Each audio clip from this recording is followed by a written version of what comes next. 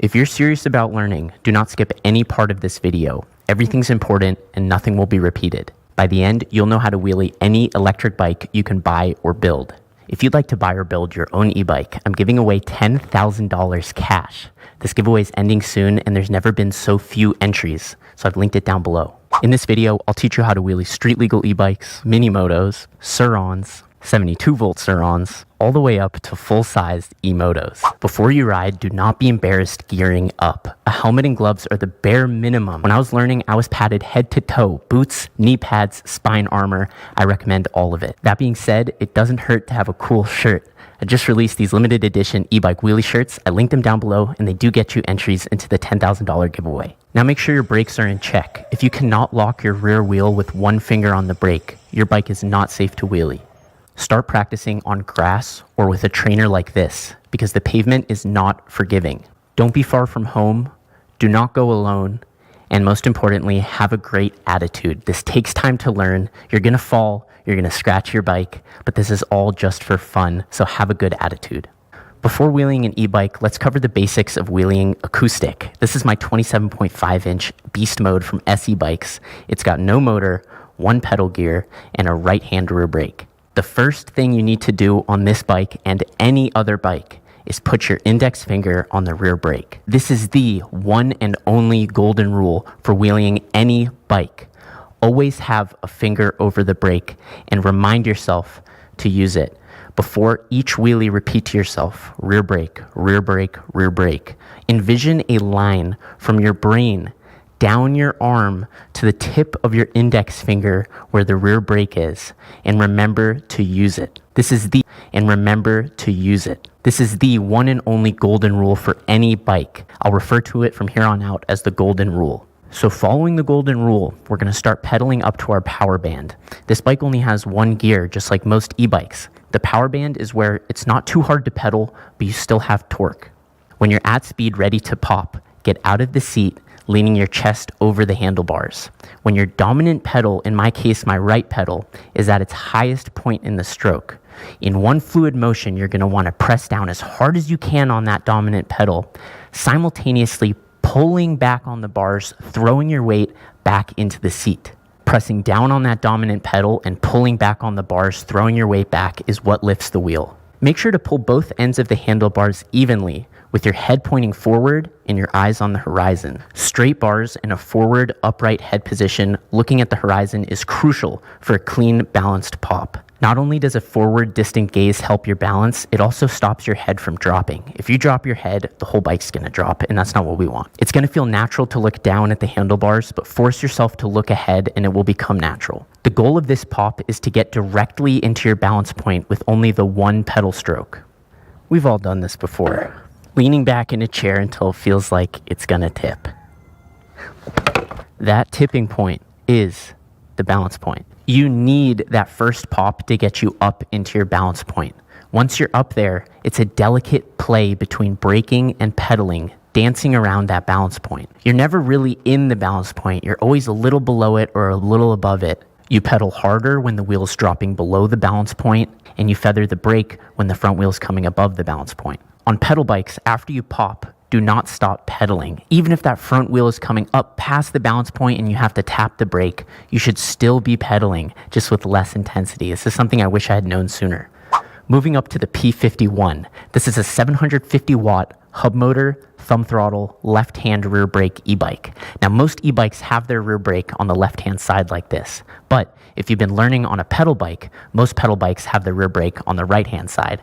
Just know it's super easy to switch between the two as long as we're following the golden rule. This is the only street legal e-bike in this video, and it's also my favorite street legal e-bike, so I've put my discount code for it down below. Go ahead and remove the rear brake sensor. There's usually a little connector near the rear brake, and we're gonna wanna unplug it.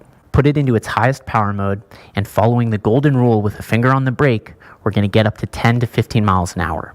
On the balls of your feet, with equal pressure on both pedals and the cranks horizontal, stand up out of the seat and in one fluid motion, starting with your chest over the bars, compress down on the forks and down on the pedals, using the immediate rebound to throw your weight back and into the seat. Just like on the pedal bike, we need to pull both sides of the handlebars evenly with our head pointing forwards and our eyes on the horizon. Popping with the bars straight with your head pointing forwards and your eyes on the horizon is crucial. Practice this pop with no throttle. Using only your body weight and the rebound of the suspension, try to get that front wheel off the ground as high as possible. Once you're comfortable lifting the front wheel with only your body weight and the suspension, now add a full blast of throttle to that pop. This pop is crucial. It has to get you immediately into your balance point. With low power, there's low margin for error. That pop has to get you right into your balance point, just like on the pedal bike. For that reason, low-powered e-bikes are the hardest to wheelie. You have to be locked into that balance point. There's very little wiggle room. However, they are the best to learn on because they're the slowest and therefore the safest. That being said, they're just as fun. Once the front wheel's up, it doesn't matter how big or fast your bike is. If the wheel's up, you're having a good time. Once you've popped the front wheel and you're up around your balance point, this is where the dance starts. You're hitting the throttle whenever the wheel starts dropping, and you're feathering the brake whenever you start getting too high. This dance around the balance point is a tricky one, but it's where all the fun happens. We're now stepping up from 750 watts to 11,000 watts. This is my Razor MX500 upgraded with the Electro & Co. Extreme Kit. It's got a mid-drive motor, full twist throttle, and left-hand rear brake. This bike has the lowest balance point of any bike in this video, and for that reason, it's the easiest to wheelie, and it's my favorite to wheelie. Coming with a freewheel in the back, this bike has no regen and no engine braking, so it wheelies a lot more like a pedal bike than a moto, which makes for great one-handers. Hug the bike with your legs. Sticking your knees out looks goofy and you lose control. Although this bike has plenty of power to pop the front wheel with only the throttle, I still use some body weight when I'm popping up. That way I'm not relying entirely on the throttle, which makes the pop more controlled and predictable. You do not need to compress the front forks like you did on the last bike. Just throw your weight back a little bit during the pop so it's not only the throttle lifting the front wheel. You do not need to go crazy with this pop. The balance point is super low on this bike. It's the lowest of any bike in this video. And you can find the balance point by holding that rear brake and messing around like this.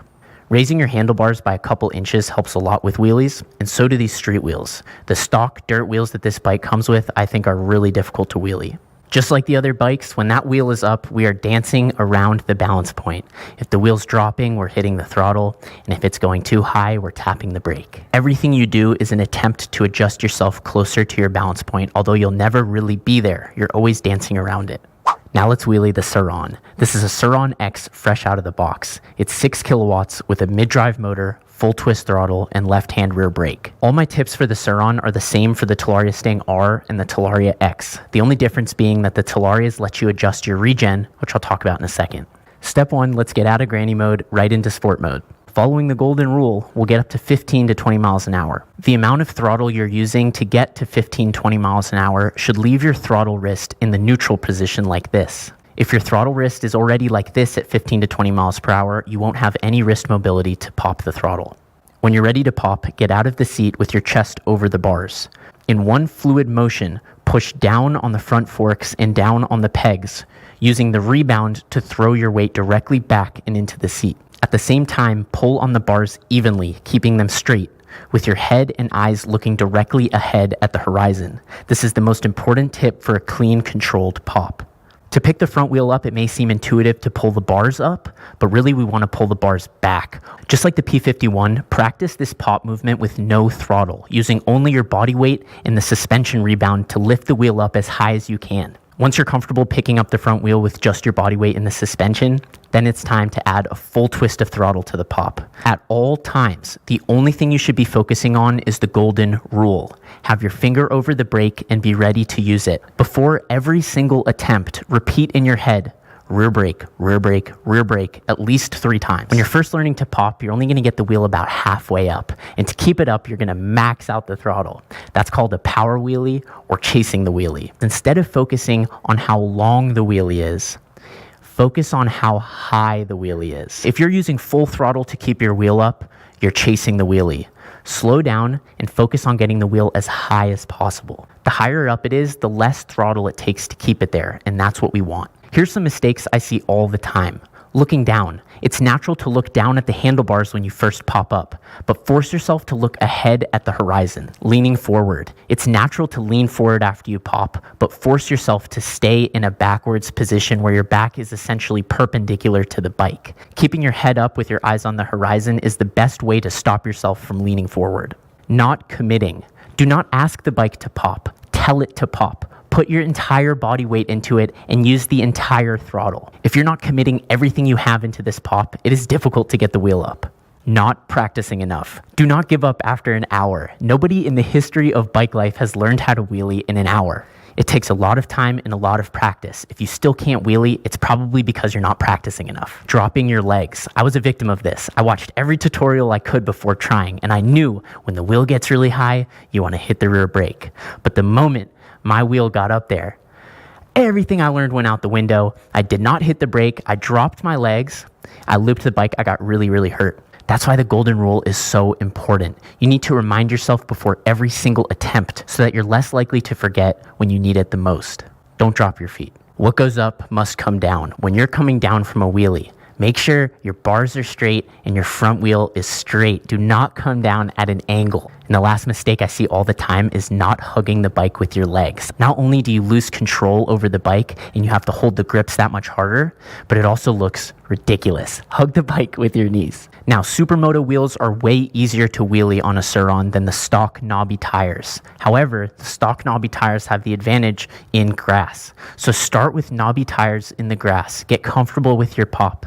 Then switch to dual sport or Supermoto wheels to practice on the pavement. On the P51, we took out the brake sensor right off the bat, but on the Sur Ron, I would recommend keeping it in. It's better to have the brakes override the throttle any day when you're learning. But once you get more comfortable, go ahead and remove the brake sensor so you can really dance between the brake and the throttle. Raising your handlebars by 3 inches and moving your foot pegs to the furthest forward position makes wheeling the Sur Ron easier.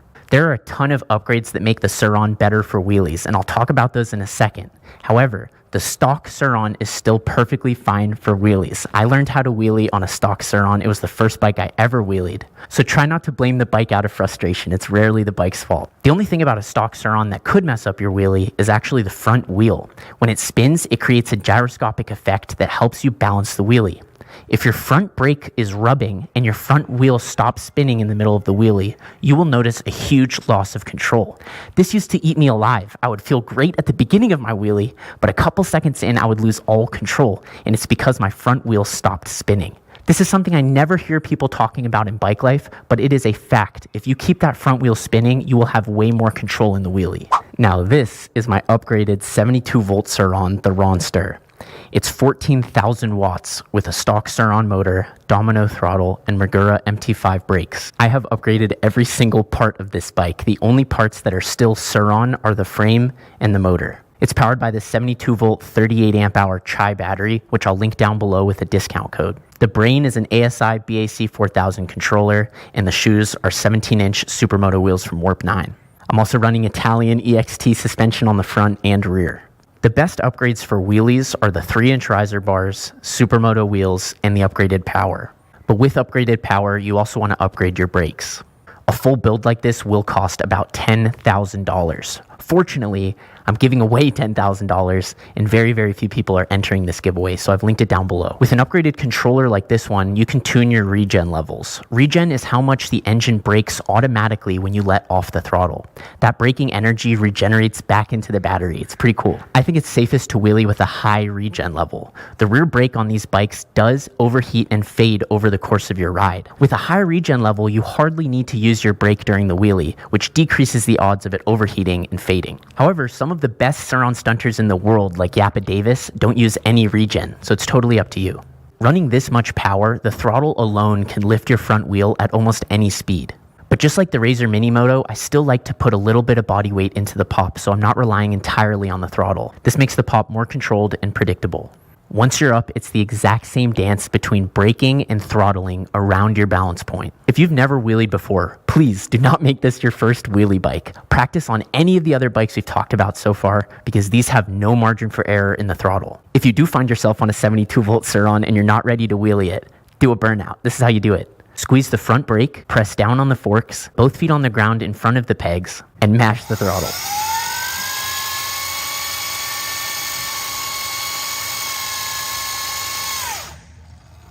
This is my 2002 Yamaha YZ85 that's been restored and converted to electric by Electro & Co. It's running the same power as the Ronster at 14,000 watts. It wheelies the same, so let's summarize. We always follow the golden rule, repeating to ourselves rear brake, rear brake, rear brake before every attempt. In one motion, you hit the throttle and throw your body weight directly back, pulling the bars evenly, with your head facing forward, looking at the horizon. Your pop should get you as close as possible to your balance point, where you dance between braking and throttling. You're never just chilling at the balance point, you're always playing around it with brake and throttle. If you're looking to buy or build your own e-bike, I'm giving away $10,000 cash in the description of this video. As always, thank you so much for watching. As I do. Yeah.